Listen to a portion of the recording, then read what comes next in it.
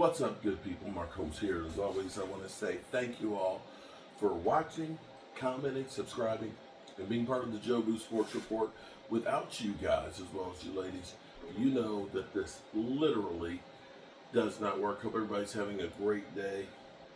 Well, it's Taco Tuesday, and hope all your taco dreams came true. Of course, today is the day that, Jerry Jones does his 105.3 The Fan interview. And of course, he's still talking about not firing Mike McCarthy. He says he has done that in season before, and he regretted it. Of course he did. I'm wondering how many other things he regrets. One thing he doesn't regret is having the aesthetics of his stadium, the Temple, to himself, that he has the outdoor stadium feel, with it being the largest air conditioning space in the world. And of course, he doesn't want to mess up those aesthetics.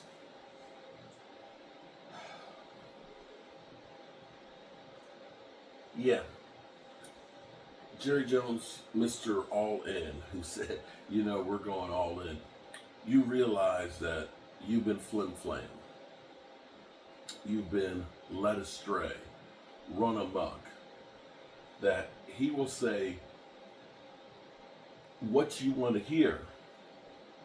He will say what you want to hear to keep you hooked and high on his supply.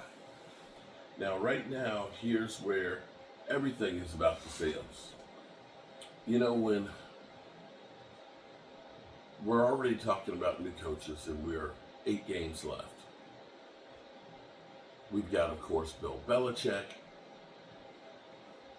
the most Super Bowl winningest coach, who would like to get the all-time coaching win record.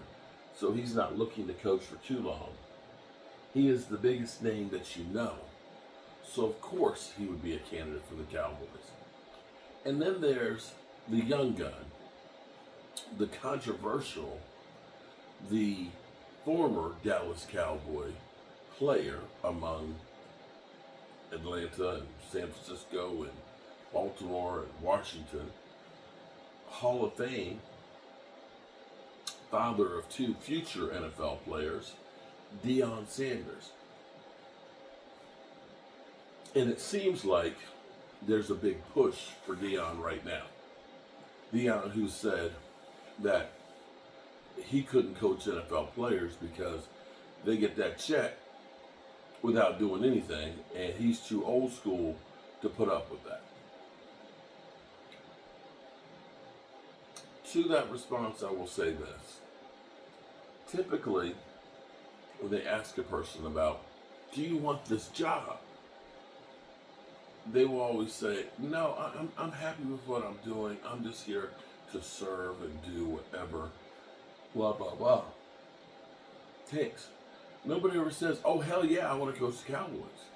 He's got a job currently with coaching Colorado with his 2 kids on the team. You can't go through and say, oh, yeah, I want to coach the Cowboys. Of course. You have to have plausible deniability. Now, I don't know if Dion Sanders has any desire to be the coach of the Cowboys or not. Now, we do know there is the equation of his son that I would assume that he would want to coach in the pros. Now, we've already seen where Primetime and his son have kind of let people know, I'm tired, that there's certain places that he doesn't want to play for. There are certain places he does not want to play for.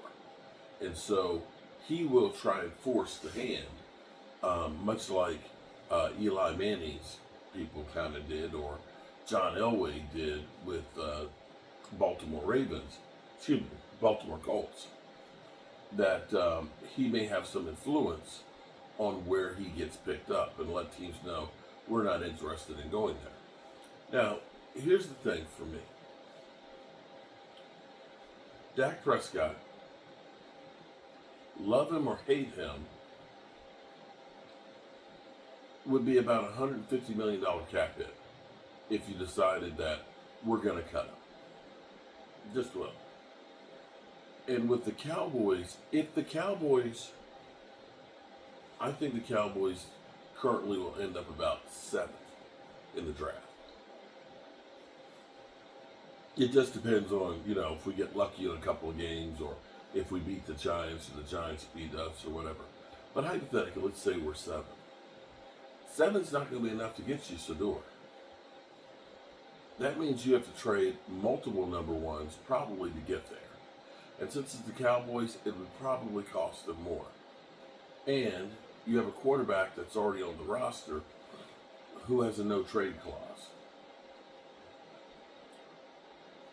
If you were in a position to draft Dion Sanders, I can guarantee you there's some other teams that would be willing